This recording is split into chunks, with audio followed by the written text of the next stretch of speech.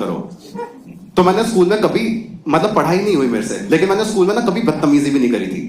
मतलब मेरे पूरे स्कूल करियर में ना सिर्फ एक ऐसा इंसिडेंट था जिसको तुम शायद बदतमीजी बोल सकते हो, और वो भी मतलब ऐसा कॉन्ट्रोवर्शियल है। मैंने ना अपनी स्कूल की नर्स को बहन की लौड़ी बोल दिया था।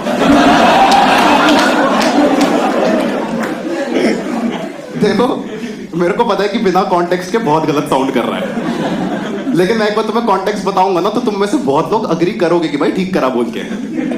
बाकी बचे हुए लोग हर चीज में रोते तो आई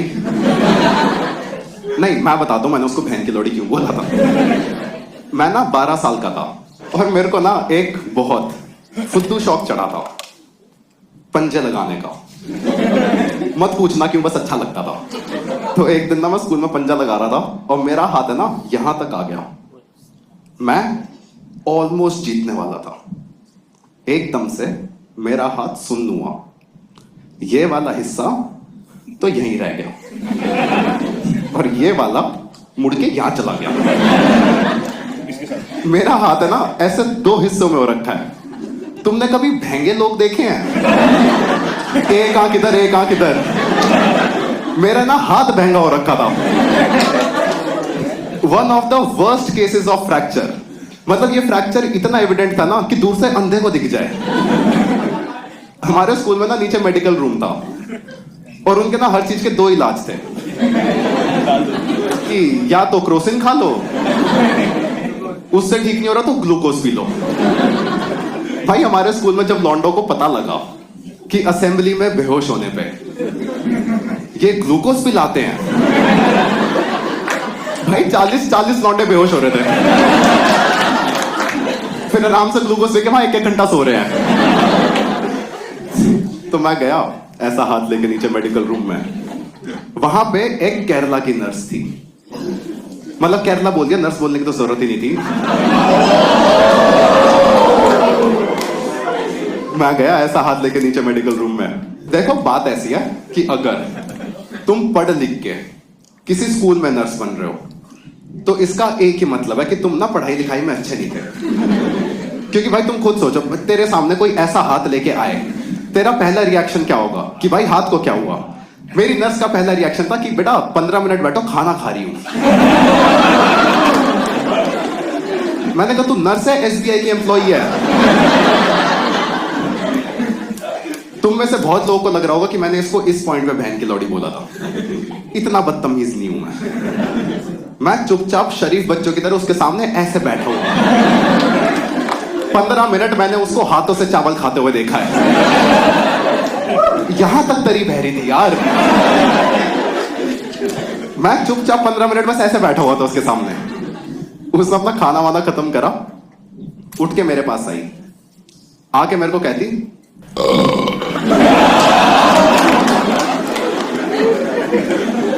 इस पॉइंट पे तो बनता था बोलना, लेकिन मैंने नहीं बोला क्योंकि मैं बदतमीज नहीं हूं। मेरे पास है, मैं उसके सामने ऐसे बैठा हुआ हूं। उसने मेरे को देखा, कहती हाँ अब बताओ क्या हुआ।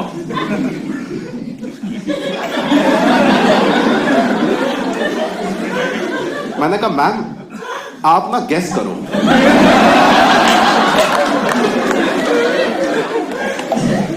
कहती हम डॉक्टर हैं डॉक्टर, हम गेस नहीं करते, हम डायग्नोज करते हैं। मैं कहा ठीक है डायग्नोज करो। उसने चेकअप शुरू करा। उसने पहले मेरी आंख में टॉर्च मारी, फिर उसने मेरी हार्ट बीट चेक करी और मैं वहां बैठ के देख रहा था कि ये कब तक बकचोदियां करेगी। भाई उसने 15 मिनट ये सब करा है। 15 मिनट अपनी बकचोदी करके कहती कि बेटा आपकी ना नजरें कमजोर हैं। मैंने कहा जब मैंने चश्मा उतारा था ये बात आपको तब नहीं समझ आई थी? और अगर आपको ये नहीं दिख रहा तो शायद आपकी नजरें कमजोर हैं। मैं कहा मैम ये 2 हिस्सों में रखा दिखाई नहीं दे रहा क्या? कहती हाँ टेढ़ा टेढ़ा सा तो लग रहा है। कहां से टूटा है? मैंने कहा मैम यहां से टूटा है। फिर उसने मेरा हाथ दबाना शुरू करा। उसने मेरा हाथ यहां से दबाया, कहती दर्द हुआ? मैंने कहा नहीं। फिर उसने मेरा हाथ यहां से दबाया। कहती यहां दर्द हुआ? मैंने कहा नहीं। फिर जहां से हड्डी टूटी थी ना, उसने ना वहां बहुत जोर से दबाया। कहती यहां तो दर्द हुआ होगा। और देखो, एक होता है कि जोर से दर्द हुआ, चीख निकल गई। एक होता है कि इतनी जोर से दर्द हुआ कि चीख भी नहीं निकली। वो जो था इतनी जोर से दर्द होने की आवाज ही नहीं निकल रही है मुंह से। भाई मेरे को इतनी जोर से दर्द हुआ था ना कि 10 सेकंड तक मेरे मुंह से एक शब्द नहीं निकला। 10 सेकंड के बाद मेरे मुंह से निकला, हाँ बहन की लौड़ी।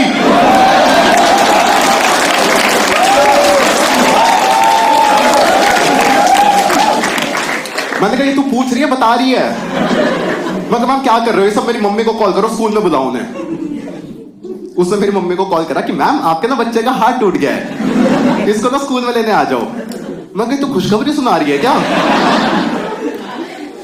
उसने मेरी मम्मी को कॉल करा था 11:30 बजे। 12:30 बज गए,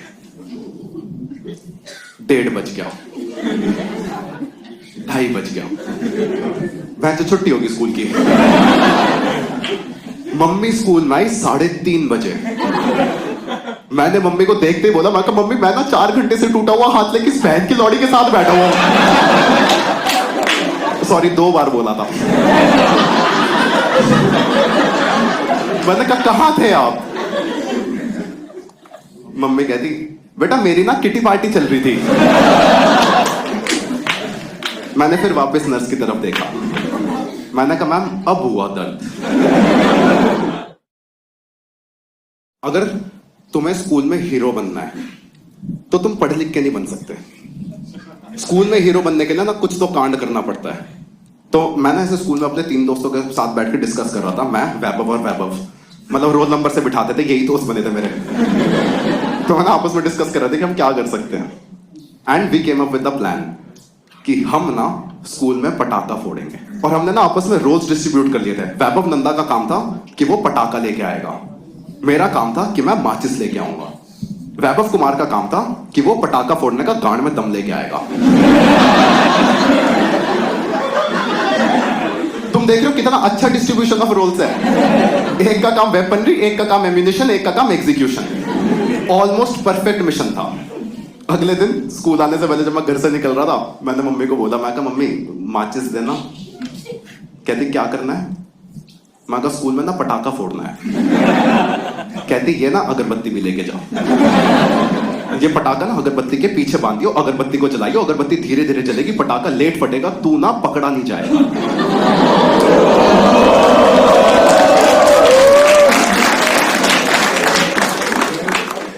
ये जो विजडम है, ये विजडम ना सिर्फ और सिर्फ उम्र के साथ आ सकता है।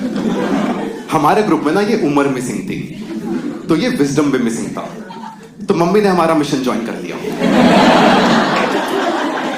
तो अब ये ना बिल्कुल ही परफेक्ट मिशन था। हम स्कूल में गए, स्कूल में जाके हमने डीब्रीफिंग सेशन रखा। तो डीब्रीफिंग सेशन में पता लगा कि वैभव नंदा पटाखा लेके आया है, मैं माचिस और अगरबत्ती लेके आया। वैभव कुमार वो गांड में दम लाना भूल गया। उसने ना लास्ट मोमेंट में मना कर दिया कि यार मैं तो नहीं फोड़ रहा। और हम उसको फोर्स भी नहीं करना चाहते थे, क्योंकि वैभव कुमार ना पढ़ाई में बहुत अच्छा है। वो पटाखा फोड़ता, पकड़ा जाता, सस्पेंड हो जाता, उसका करियर खराब हो जाता। अपना क्या है, बैंक जो छुट्टी समझ लेंगे। मैंने कहा ये काम मैं करूंगा। जैसे ही लंच ब्रेक हुआ, मैंने पटाखा लिया, अगरबत्ती ली, माचिस ली, मैं भागता हुआ वॉशरूम में गया। तो हमारे वॉशरूम में ना ऐसे यूरिनल्स बने हुए थे। तो जो आखिरी वाला यूरिनल था ना, वो टूटा हुआ था, तो उधर छेद हो रखा था। मैंने ऐसे जमीन पे नहीं, दीवार पे से सुसु में हाथ नहीं डाल रहा मैं। दीवार में छेद हो रखा था, मैंने उसको पटाखा रखा, उसके आगे अगरबत्ती लगाई, मैंने अगरबत्ती जला दी और मैं वॉशरूम से बाहर निकल गया। अब जब तुम एक इतने इंपॉर्टेंट मिशन पे हो और उस मिशन में तुम अपना टास्क पूरा कर चुके हो और अब रिजल्ट का वेट कर रहे हो, तो ये जो बीच वाला टाइम होता है ना, ये बहुत स्ट्रेसफुल होता है। तो वो स्ट्रेस ना मेरे को 5 मिनट के अंदर अंदर फील होना शुरू हो गया था। मैं कहा यार अभी तक क्यों नहीं फटा, अभी तक क्यों नहीं फटा, अभी तक क्यों नहीं फटा। और मैंने फिर खुद को काम डाउन करा। मैंने कहा नहीं, अगरबत्ती है यार, चलने में टाइम लगता है, फट जाएगा। और 5 मिनट हो गए, अभी तक पटाखा नहीं फटा। वो स्ट्रेस है ना और बढ़ने लग गया। मैं कोई मुंह के तो नहीं चला गया इसका। लंच ब्रेक ना ऑलमोस्ट खत्म होने वाला था, अभी तक पटाखा नहीं फटा। मैंने कहा एक बार ना जाके चेक कर लेता हूं। देखो तुम्हें ऑलरेडी पता है कि क्या होने वाला है। मेरे में उतना दिमाग नहीं था। मैं वॉशरूम में गया, आखिरी वाले यूरिनल में तो पटाखा लगा हुआ है, बाकी पूरा वॉशरूम खाली है। पटाखे के जस्ट बाजू में छोटा सा बच्चा मूद रहा है, दिख रहा है वो पटाखा जलता हुआ। दिख भी नहीं रहा, पटाखे की स्मेल तो आ जाती है ना। मैंने पटाखे की तरफ देखा, पटाखा सुलगना शुरू हो गया था। और पटाखा जब सुलगना शुरू होता है तो सुलगने से फटने तक एट मैक्स 2 से 3 सेकंड का टाइम होता है। तो इन 2 से 3 सेकंड में मेरे को इस बच्चे को समझाना था कि ये किस सिचुएशन में है। मेरे को ना इसको 2 सेकंड के अंदर अंदर बताना था कि भाई जहां तू खड़ा है तेरे बाजू में पटाखा है, वो पटाखा तेरे मुंह पे फटेगा, तू छपाक का कैरेक्टर लगेगा।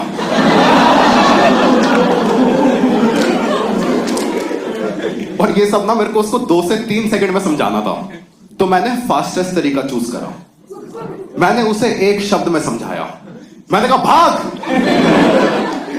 और ये बात ना मैंने बहुत अथॉरिटी से बोली थी, बहुत इंटेंट के साथ बोली थी। मैंने ऐसे मजाक में नहीं होता कि ओए भागना। मैंने उसे बहुत सीरियसली बोला। मैंने कहा भाग।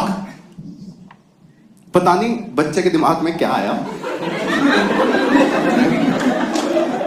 कहता क्यों?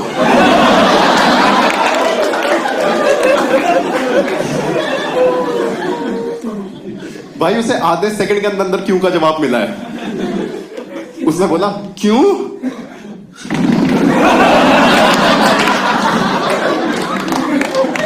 भाई सारा सुसु उसके ऊपर। वो ना पीछे ऐसे करके पलटा है।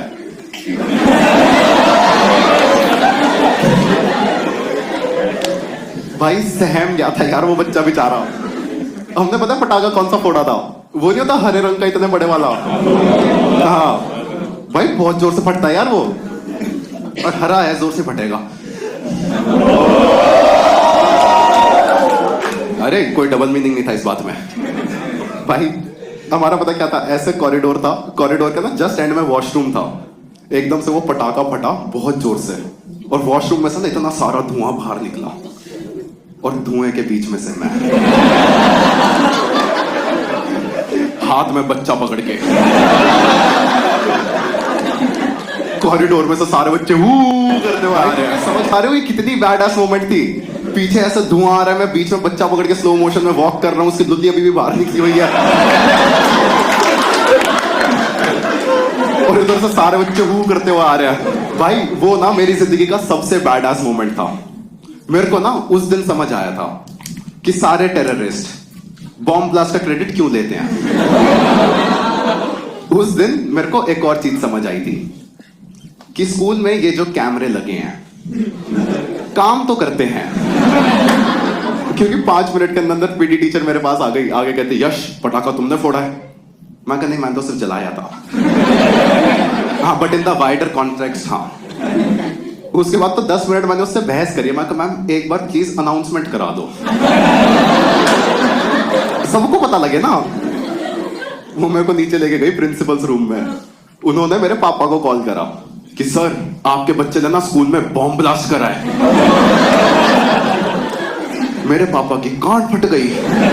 पापा उन्हें समझा रहे, मैम कैसी बातें कर रहे हो, हमारा सरनेम राठी है, राठी हिंदू है।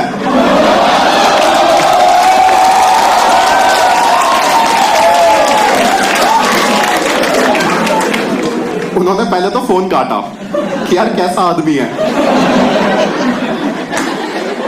इतने में ना पापा ने मम्मी को कॉल कर दिया कि यार ये यश के स्कूल वाले क्या कह रहे हैं, इसने स्कूल में बॉम्ब ब्लास्ट करा है। मम्मी कहती बॉम्ब ब्लास्ट नहीं करा, पटाखा फोड़ा है। पापा कहते चलो शुक्र है, अब तो स्टेक्स कम हो गए ना।